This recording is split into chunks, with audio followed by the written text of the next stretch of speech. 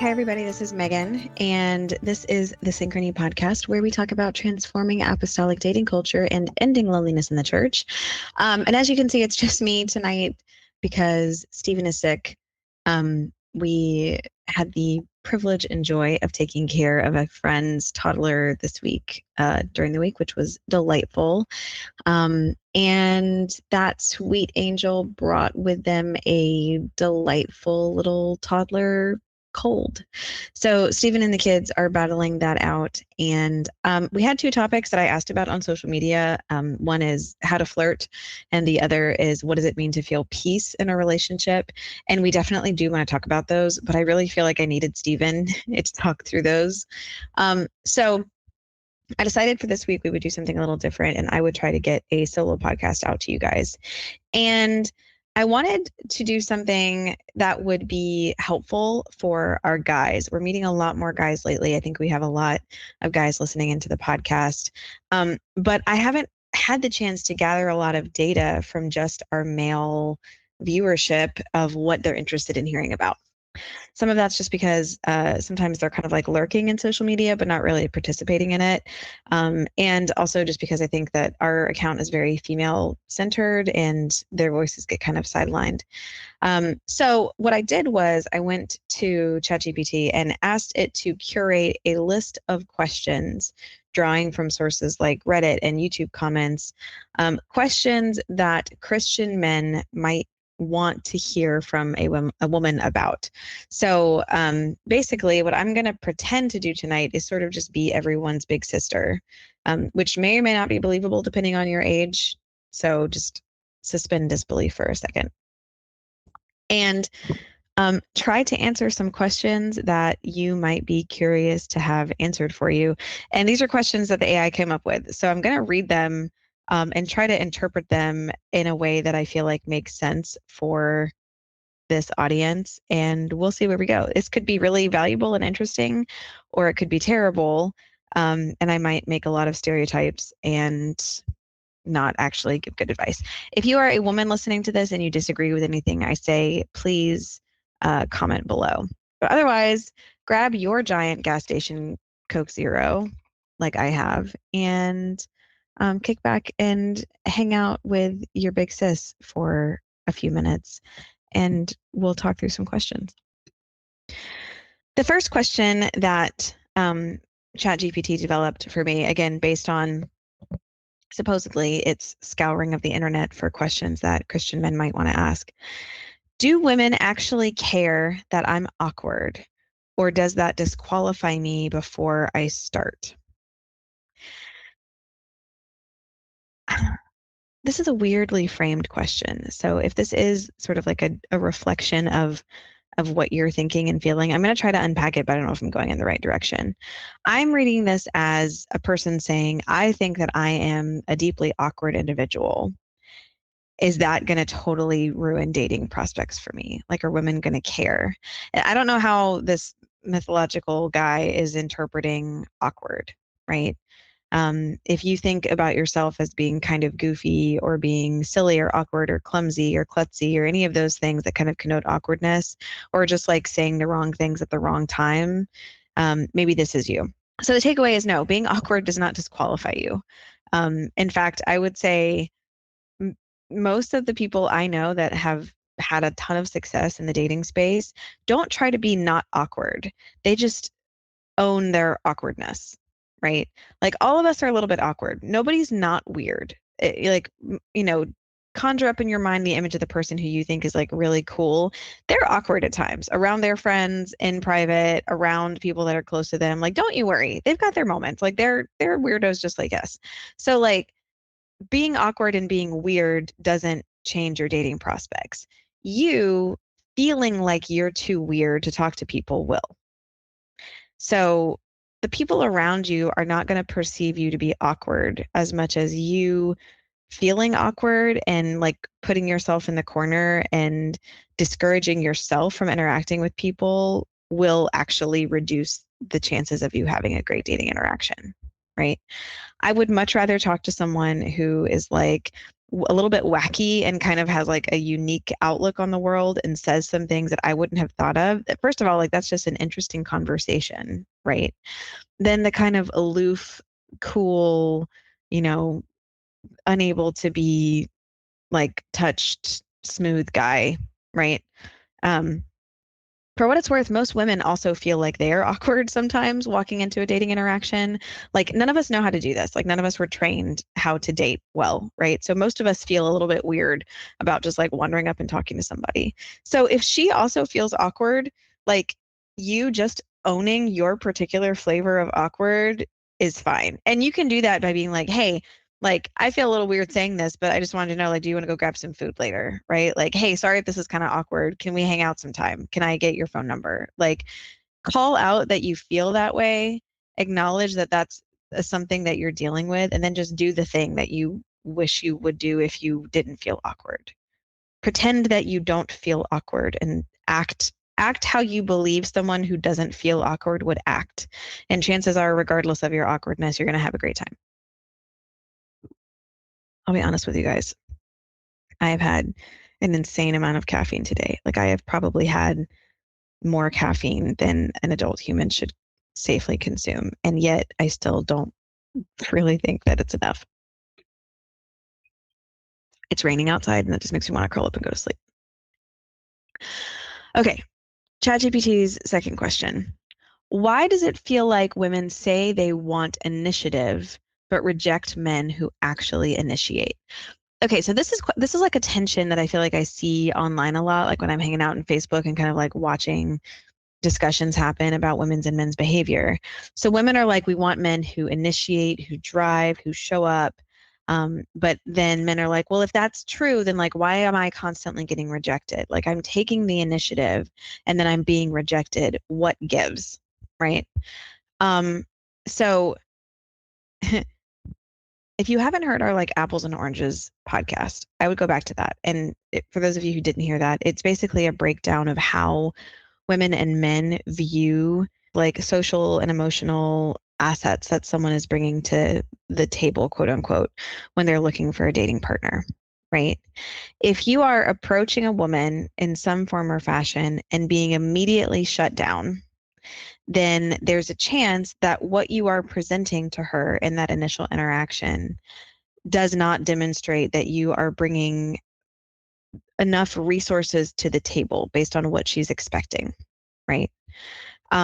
Some ways that that can show up for people, like let's just assume that this is happening online, because I know a lot of people are meeting people online, right? If you are dropping into someone's messages and saying something really kind of off-putting, that might mask like her ability to sort of look past that and see potential or see the oranges, quote unquote, that you're bringing to the table. So, and off-putting doesn't mean offensive necessarily. It just might mean if you're coming in and dropping like something really, really painfully cheesy. Like one of the things that kind of is weird is when like someone goes into a message and basically pretends to be narrating their internal monologue, like everything's italicized, like sees pretty girl, decides to slide into DMs, but you're like narrating your own like actions. It's so cringe. Like, don't do that. That's really creepy. I don't know if that's just something that mythically happens in the internet or if people actually try that, but don't do that. Just be yourself. That don't like become like don't like start talking about yourself in the third person. It's freaky. Um, but so like it could be that you're initiating in a way that like feels off-putting to her and she's like, oh goodness, like that doesn't feel right, right? Like maybe it feels too sensual or it feels um too cringy or it feels like, something that doesn't feel like dating interaction. Or it could be that you are reaching out to someone who perceives that you, in her opinion, don't have enough of the assets that she's looking for to be a reasonable dating partner. And I want to just call out that her perception of that may or may not be true, right? Because especially if we're doing this online, we can't really see at a glance what everyone is bringing to the table. Okay. So it could be that she is looking at how you're presenting online and going, this person's not demonstrating the kind of emotional depth that I'd be interested in. This person doesn't seem to have similar interests that I'm interested in. This person seems to not be as spiritually aligned as I am with like church work based on what they're posting. This person might not be someone that I initially find physically attractive. And she might be basing all of those things off of what she can see, like on your Facebook profile without actually sending you a friend request, which is a limited amount of detail, right? So this perception that she might have of like, yeah, like this isn't going to be a good match. Like you're not quite bringing enough to the table for me to consider this a good fit. It might not be true. Like you might have all kinds of other things that she's interested in, um, that she can't see. So if she's rejecting you, understand that she might not be rejecting the real you. She might be rejecting a perception of who you are based on what you're presenting online. Or this could be happening in person as well, right? Like if you're approaching someone in person and they're kind of shutting you down, it could be that they're not getting the chance to see the things that you feel should attract them to you, right? It could be that you have a dating barrier that's masking those things, or it's preventing people from seeing past it, like, a way that you're carrying yourself, or something that you're doing with your clothing, or something that you're doing with your body physically that could be off-putting. So in either of these scenarios, the trick to deal with this is the same. Go talk to someone that you trust, who's going to be someone who's really honest with you, not your best friend who's in the exact same place as you are, right? If you're a guy listening to this, go talk to your like best friend's wife or sister, or a close female friend who would give you an honest opinion, and have her look at your Facebook page, have her look at your photos, have her look at the things that you're posting or how you're interacting with women if you're trying to meet them in person. Ideally, pick someone who sort of represents kind of the type of person you're aiming for, right?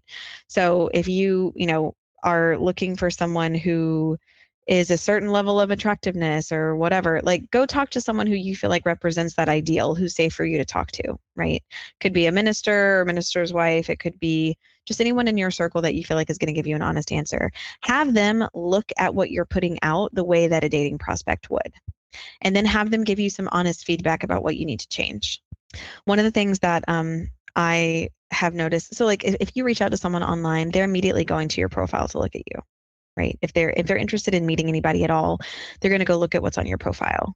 If what they see is just like you like keyboard warrioring about stuff, or if all they see is a series of really, really immature memes that like are kind of middle schooly, or they see a bunch of immodest photos of you, even if those were from back in the day, like before the Lord, but that just happens to be like what shows up on your Facebook page, she's not going to go for that probably. And it might not be because that's the real authentic person who you are now. It's just that that's what she sees first. So initiating is not a bad thing. Women do want initiative. They do want someone who's not afraid to step up and say, hey, I'd like to get to know you better.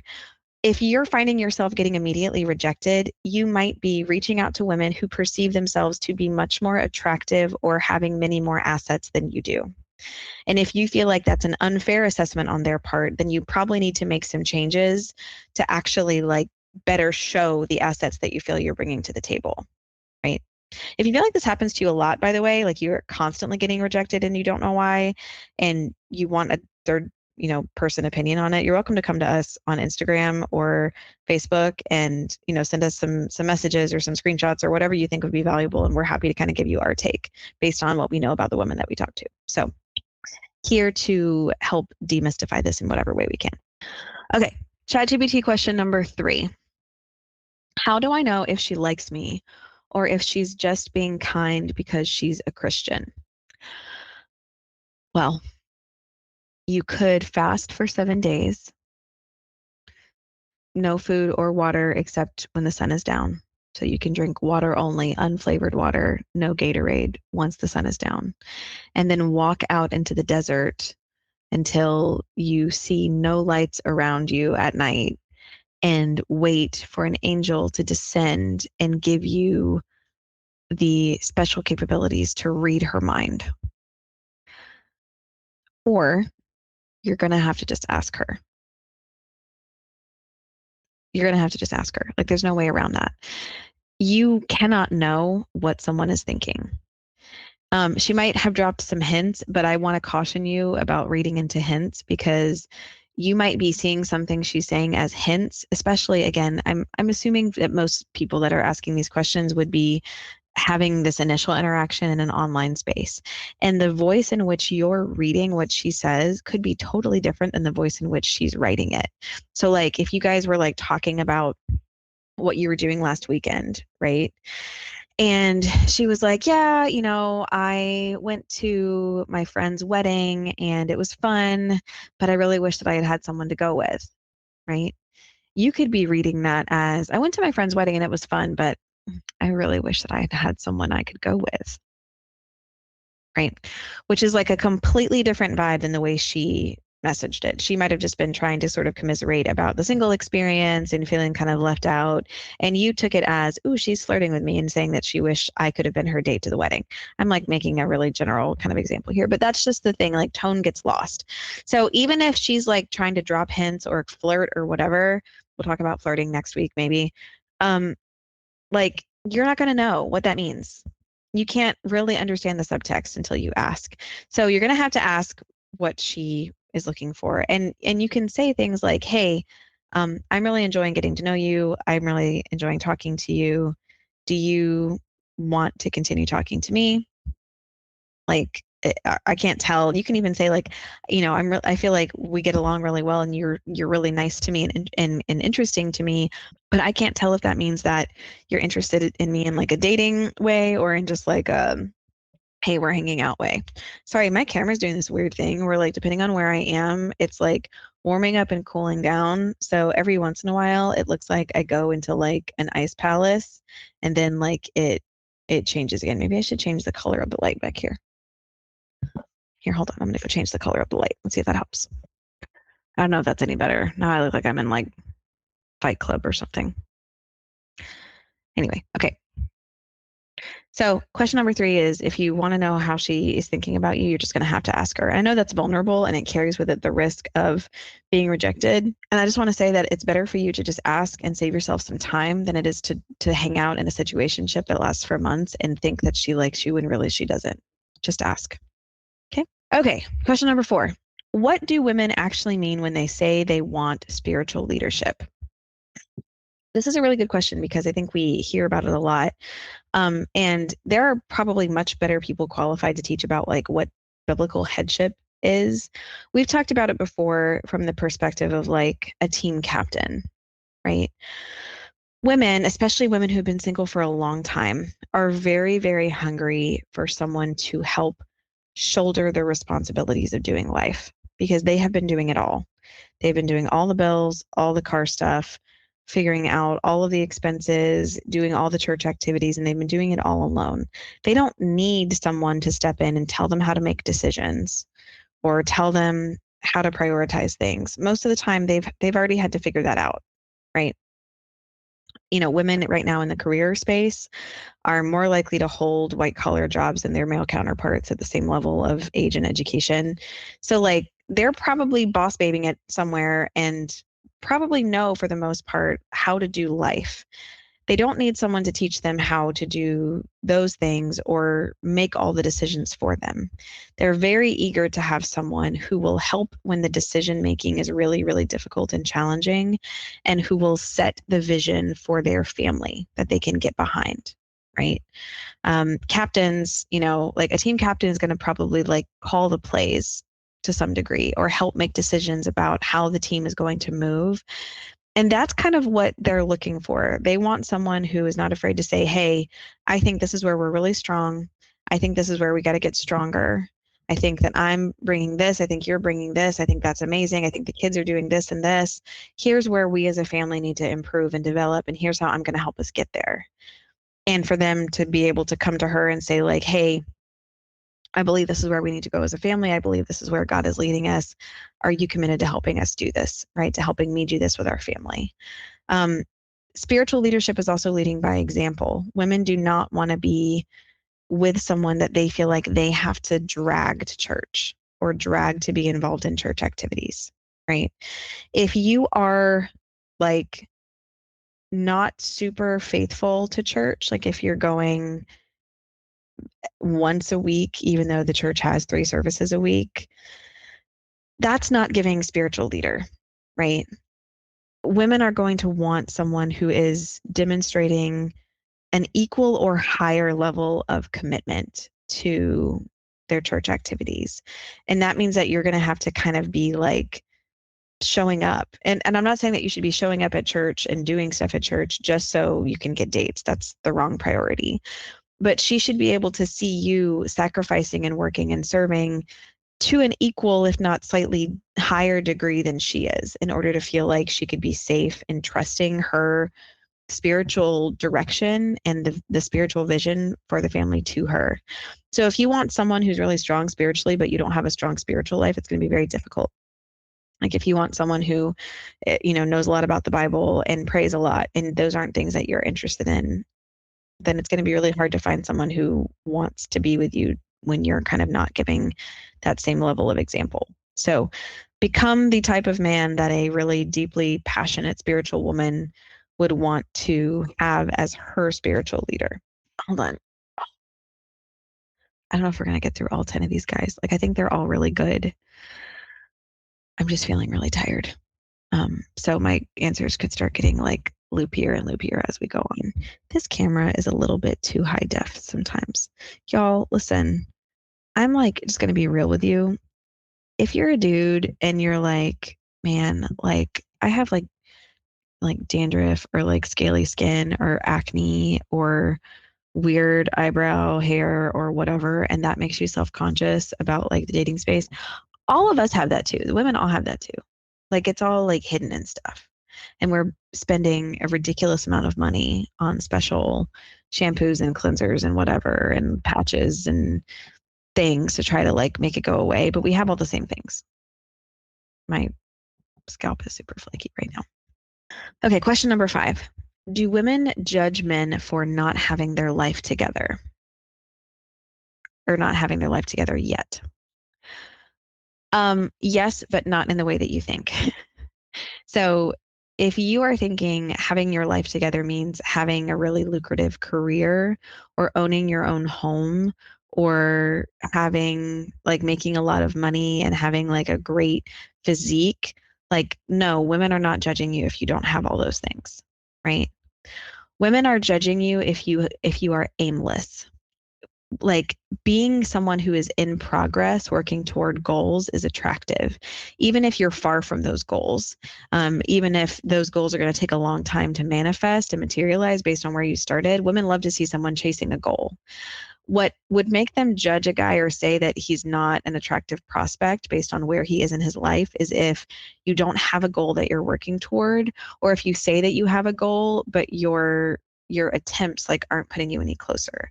So like for example, if if you were like, hey, my goal is to like serve as a pastor one day, right? And she's like, amazing. Have you like attended Bible college or are you working on getting your ministerial license? And you're like, no. And she's like, are you talking to your pastor about this? Like, have you like sat down and gotten mentorship about this? Are you studying the Bible all the time? If your answer to all those things is no, your goal is meaningless. Faith Without Works is dead. Like you like believing that you're going to do that, but not making any progress toward it shows her that you don't have the ability to push toward a goal. And again, going back to that whole spiritual leadership thing, right? If she marries you, she is trusting you to captain the team of your family into the kingdom. She's expecting you to captain this team across the finish line or the end zone or into the goal of getting to heaven. And it's going to be very difficult for her to trust you to do that if you're like, yeah, I want to be a preacher, but like at the same time, I've never read my Bible. Like you have to demonstrate that you are making progress toward the goals. And so if you are like in the early stages of your career, but you have a plan for how you're moving that forward, that's great. You don't have to be making a ton of money to be really attractive to women, by the way. Like most women are not judging their potential dating partners based on an income level. I know that that's like a stereotype right now. And don't get me wrong, like there are some women who are like, man, I'd really love to be with someone who makes more money than I do because I don't want to be the primary breadwinner or I want the chance to be an at-home parent or whatever. Totally fine. But most women aren't like using your income as a barometer of how good of a dating partner you are. They're interested in, or do you have a consistent job that's reliable? Are you consistent and dedicated and diligent in the work that you're trying to do? And are you making progress towards something? Right. So they're not going to judge you for not having met or achieved all of your goals. They will judge you for not having goals and not making progress toward them. Okay, question number 6. Hold on, I need some caffeine before this one. Guys, I have to go do music at a church tomorrow. And like, this is just me ranting for a second. Like, we helped with this daughter work a few years ago. You've heard us talk about it. And they're amazing. And their pastors are going to be out of town over the weekend. And long ago and far away, I used to help with music and I would sometimes play and I can sing pretty well. And so they asked me if I would come up and help and play and sing along with their praise team for this weekend. And I'm like, totally, it's going to be great. And she picked all the songs and their keys because they have tracks. Musicians understand what I'm talking about here. I hate tracks. I hate them. I hate them. And I know that this divides the room. I hate them. And I hate them for 2 reasons. One, I hate them because if you're using a track, you're tied to the track. Because if you want to be that person that's like switching back and forth between parts of the track, you basically have to be playing 2 instruments, right? You're playing the keyboard and you're also like over here messing with the track. And I don't have the hand-eye coordination to do that on my best day. Right. So once the track is started, I'm stuck in the track. I have to play the track. The other thing that's really annoying is that the track makes it impossible for you to like swap things out. So the songs that were picked, which I totally didn't look at until this week, are in the keys of uh, B, D flat, and I want to say like G sharp. Ew. None of them are easy keys for me to play in because I'm not a good keyboardist. I am actually very, very bad. I am not good at playing, but I'm better than not having a keyboardist. So that's the calculus that they made when they asked me to do this. And I definitely procrastinated on how much time I practiced and like I didn't practice enough for this. And so when I went to look at the songs, I'm like, oh my goodness, like I'm not going to be able to play any of these. And it's true. And I can't play them very well. So the hack that my mom came up with for me, because she's awesome, was I need to just find chord sheets in the closest adjacent keys that are that I can play in and then just transpose the keyboard up to the key that the track is in and hope for the best. So y'all, hopefully if you're listening to this, there was a good working transpose button on that keyboard. I don't remember. It's been a long time. And I got the keyboard to transpose to the keys that I needed. That is the hope in Jesus' name. Anyway, okay, question number 6. Why do women say they want vulnerability and then lose attraction when men open up? This is a thing. Actually, this is a thing. What if you've noticed this, you're not wrong.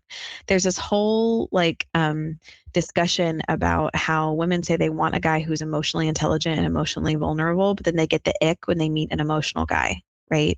Like I want a man whose shoulder I can cry on, but if he starts crying on me, I'm gonna get grossed out by it. That's a thing.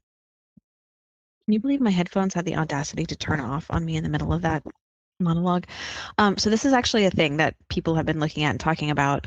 Women are socialized to kind of disdain the emotional man. And this goes back to kind of like these ideas of like hypermasculinity that we've talked about before, because in our Western consciousness, emotion and emotiveness is considered a feminizing trait.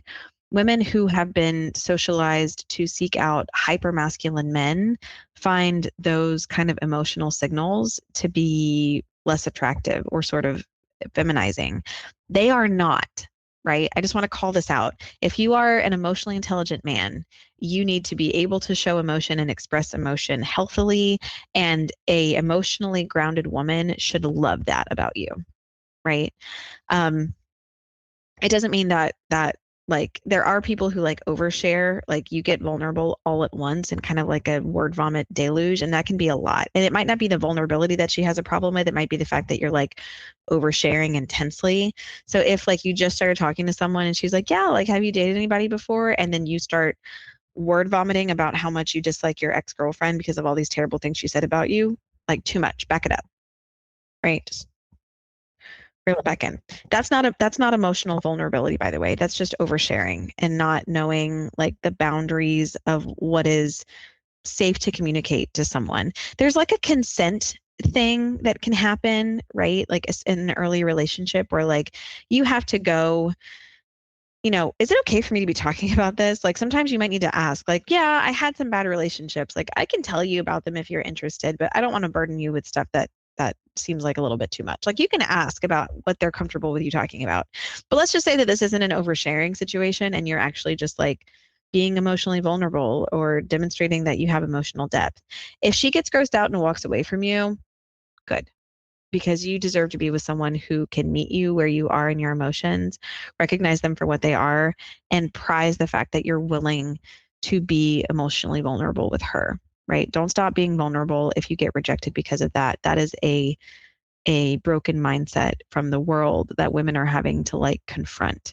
And for what it's worth, I don't think most of the women that I work with who have been raised in church are going to be super grossed out by that, because hopefully you're in a church where you see men weep before the Lord and express themselves with vulnerability all the time.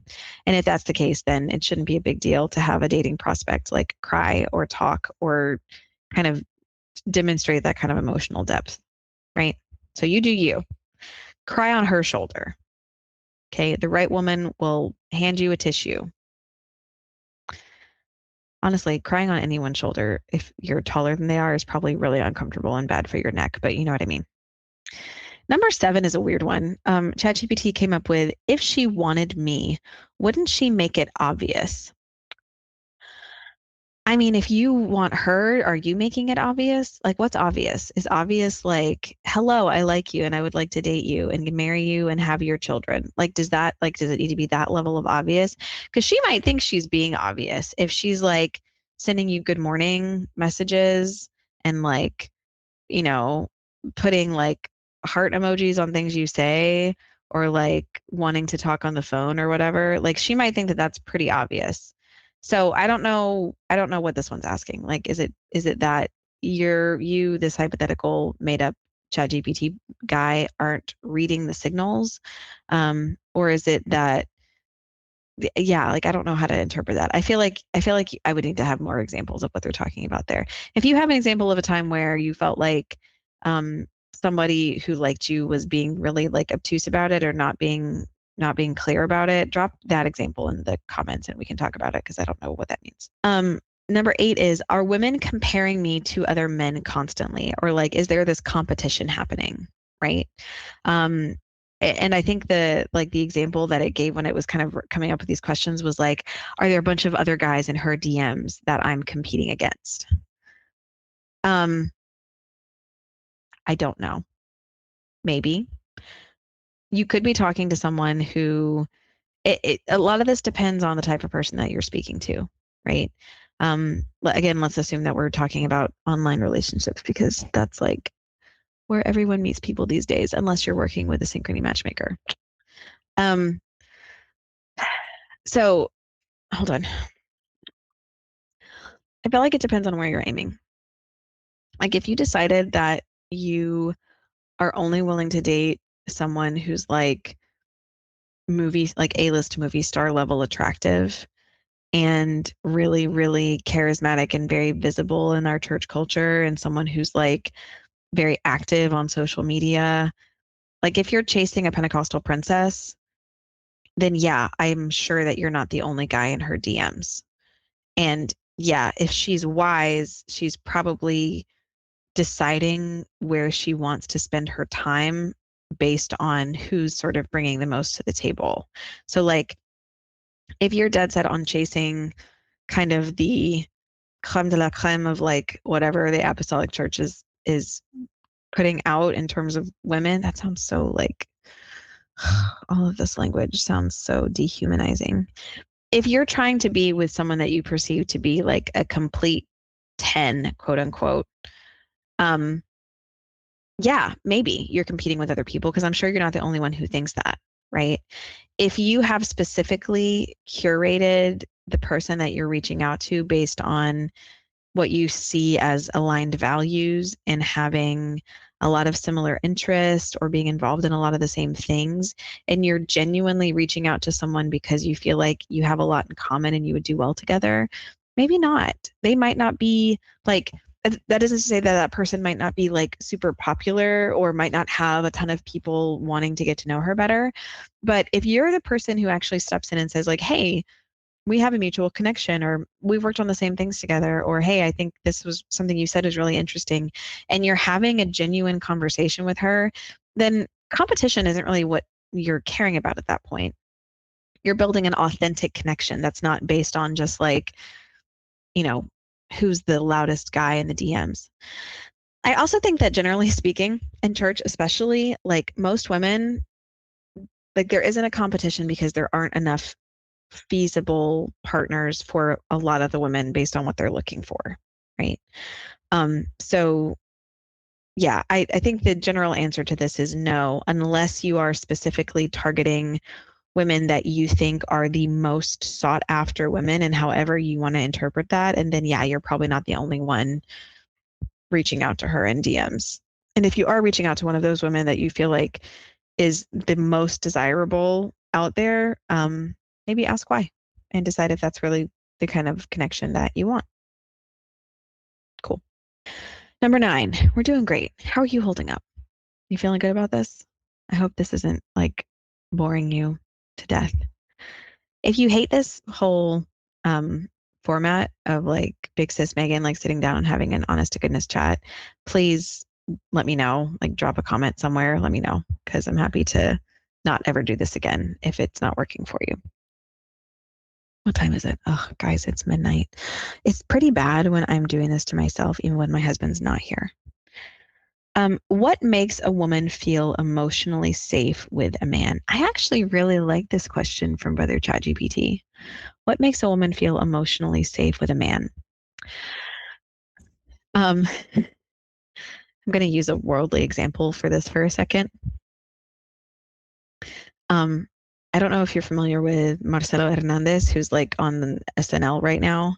He's a comic, and at one point he was talking about like, you know, women who choose to be with less conventionally attractive men, and how he and his guy friends would see that. They would see a really, really conventionally attractive woman with a not so attractive guy.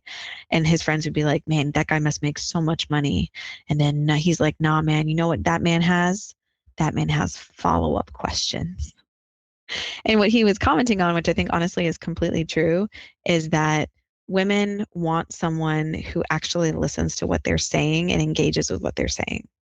So women will feel willing to be emotionally safe with you if when they're talking to you about themselves, you're listening attentively and you're asking questions and you're engaging with what they say. You're not just using what they say as a way to find your next response, right? So like you're like, "Oh, tell me about what you like." And she's like, "Oh, I really like, you know, Star Wars and I like reading and I like going camping."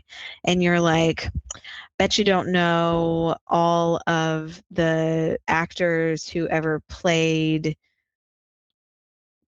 insert X Star Wars character. I'm not a Star Wars person. I don't know why I picked Star Wars. I'm a Star Trek person. I should stay in my lane. Anyway, um, like if you're just using the last thing she said as a launching pad for your next comment about yourself, that's not active listening and that's not engaging with who she is. Like you're demonstrating to her that what she's saying isn't important. So if you're able to sort of sit and listen to what she's saying and ask follow-up questions and really demonstrate like you care about her perspective here, that's a place for her to start opening up emotionally and saying, this is how I felt about this. Hearing you validate her emotions or saying you don't have to validate them in the sense of like, yeah, you're right. You should have been mad about that. They were jerks, right? But saying, wow, like it sounds like you were really upset about that, or wow, like that seems like it would have been really hard. That that's validating to her to hear someone say, hey, I recognize how you were probably feeling in that moment. And that must have been really difficult. Like not being afraid to say stuff like that is how you make women feel emotionally safe. Um, and then another thing that I think is important, especially if you are meeting someone in person, is be nice to the people around you. Um, women, and I think this is people in general, they gauge their own level of safety based, like with a specific person, based on how that person interacts with the rest of their environment, right? So, like, if you're like talking trash about everyone and being super sarcastic behind people's backs and like saying terrible things about people and making really bad jokes about them, and then you turn to them and be like, hey, do you want to go out on a date with me? She's going to be like, no, because I feel like you're just going to do everything that you've been doing to these other people to me, and I'm not there for that. So demonstrate like emotional attentiveness to everyone, really. Like it ideally, if you're the kind of person who is treating people like a Christian and like engaging with them individually and demonstrating that care, you're not going to have to change your whole personality to demonstrate that to a woman who you want to date. It should kind of be a natural part of you already. So if you find that you don't, like women don't tend to feel emotionally safe with you, maybe it's because you're not really treating the people in your environment in a way that would make them feel emotionally safe. Again, this is a really good opportunity to go find someone that you respect, who you feel like would give you really honest, straightforward feedback and ask them what they think about your ability to do that. Okay, I feel like number 10 is a cheat question that ChatGPT, like, I feel like ChatGPT like ran out of answers and just decided to put this one out there as kind of the last pass. But it's midnight and my throat is starting to feel scratchy and I have to sing tomorrow. So we're just going to power through. Number 10 is, what do women wish men knew that nobody ever tells us? Okay, roll your chair up really close to your computer, right? Put on your listening ears. Everything that you have ever seen online, every woman that you have ever seen in a movie or in a advertising ad or on the internet or in pornography, any woman that you have ever seen, their body and their face have all been contoured. And if you don't know what contouring is, then you should stop really quick and just go on YouTube and in the shorts, just say like face contouring tutorial and just see what I'm talking about. Um, if you are if you are looking at a Victoria's Secret ad, if you are looking at an actress in a movie, and if you're seeing her face and body like relatively exposed, brother, you better believe that that woman has makeup all over her body, right? Forget the fact that they've like 100% in the ads, like, sort of like photoshopped and airbrushed every flaw away. Like that's a whole thing too. But she's also got literal makeup, like literal like airbrush paint that has been sprayed on her skin to give contour. Okay. What contouring does, if you're not familiar with this, right? So, like, right now, I don't have any makeup on my face. You can't really see my face. Okay. Hold on. I'm like looking in the light at this. Okay. So, you see, like, how, like, I have kind of like a shadow right here because, like, this is where my cheek goes in, right? Contour, like, if my face was like this and, like, this was like a much, like, chubbier cheek, which it is, like, it's a little chubby, but, like, I'm gonna pretend it's a lot chubbier, right? Contour would be taking darker makeup and adding it into this space here in my cheek and then blending it out to give a perception of a shadow, right? It's playing with our depth perception, right? Women who are not apostolic, who wear a lot of makeup, have the ability to do things like take, like a more round, robust chin and contour it to add more shadow to make their chin look more snatched. right? They can do that with their cheekbones. They can basically pull out parts of their face to make the rest of their face look a little bit more angular and attractive in the way that like is conventionally attractive right now. Um, they can contour other parts of their body to look more voluptuous, or to look more narrow. They can wear things that emphasize certain places and draw your eye to certain places that apostolic women cannot. So a woman who is at the same level of conventional attractiveness, right? Like, and I hate using numbers to describe this, but I'm going to just for the sake of this example. Let's just say we have two women who are both like run of the mill average attractive, okay, in terms of like every facet of conventional attractiveness. They are nondescript. They're like both hanging out at a 5, right? Average level conventional attractiveness, right? Not unattractive, but not super attractive in any way.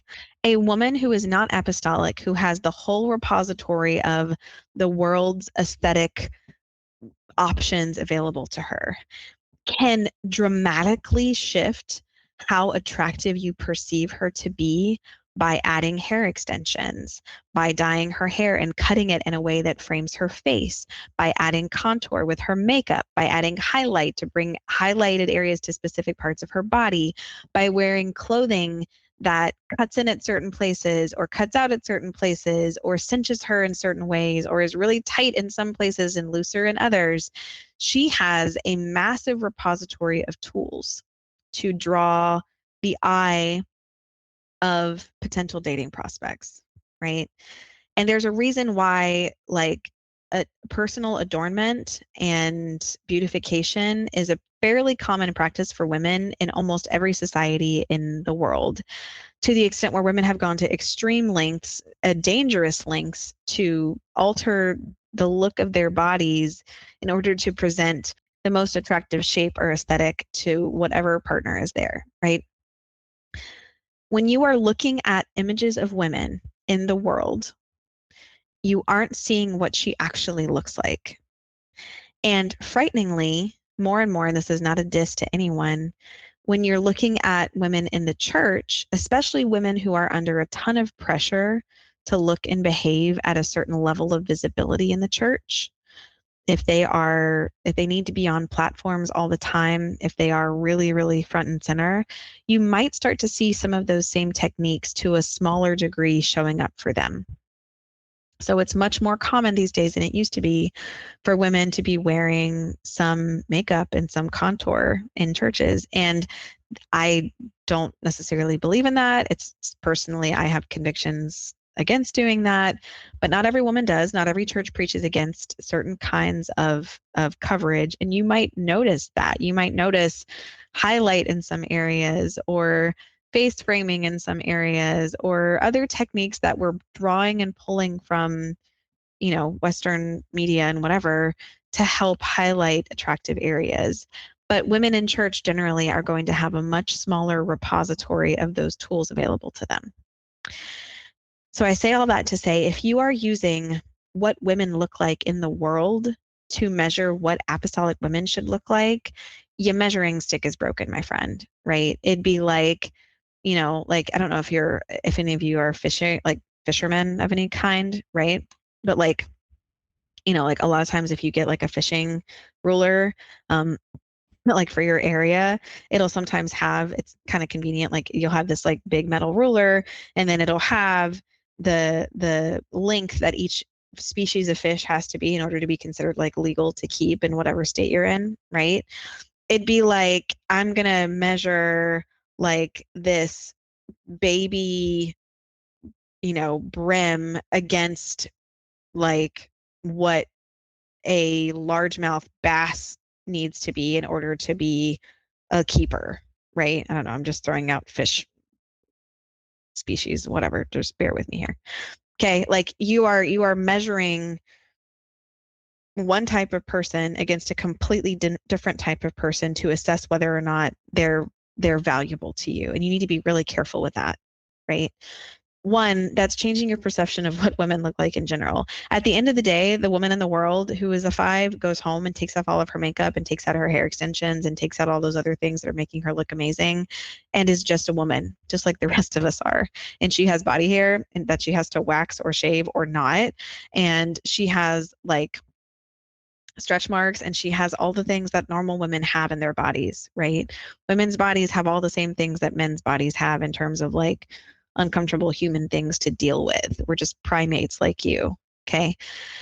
So even the most stereotypically beautiful, conventionally attractive woman that you're seeing, with quote unquote natural makeup that makes her look like the girl next door, like you got to know that every like cute, approachable girl next door actress that's ever been in any movie has been heavily wearing makeup. Like Mandy Moore in A Walk to Remember, not that any of you have seen that movie probably, who I feel like is like the archetypal like girl next door, like super pure and innocent or whatever, totally wearing makeup, like totally made up for that movie, right? Like it's not natural. It's not how she woke up looking. Nobody wakes up like this, guys. Nobody is doing that. Um, so anyway, stop. Please stop. Please stop deciding how attractive women are based on, like women in church are based on how attractive women in the world present, right? Like, don't do that. And if you need more convincing about that, like just go look at there are plenty of, and I mean, I don't want to encourage you to go look at like horrible pictures of people, but you can see plenty of celebrity images that are like celebrities with makeup versus without makeup. Like, go look at the celebrities that you think are really attractive with bare faces and see if you would still find them to be really attractive. And if you saw that person with no makeup on in holy dress in church, would that be someone that you'd be willing to talk to? Like, give that a shot and then see kind of where your barometer is. Okay. Okay, so that was 10 questions that apparently men are curious about according to ChatGPT. If ChatGPT got this wrong and you're actually curious about a whole different set of questions that you'd like Big Sister Megan to take a stab at answering, please let me know. Ladies, if you would like to do this with Steven, I would love to take a week off.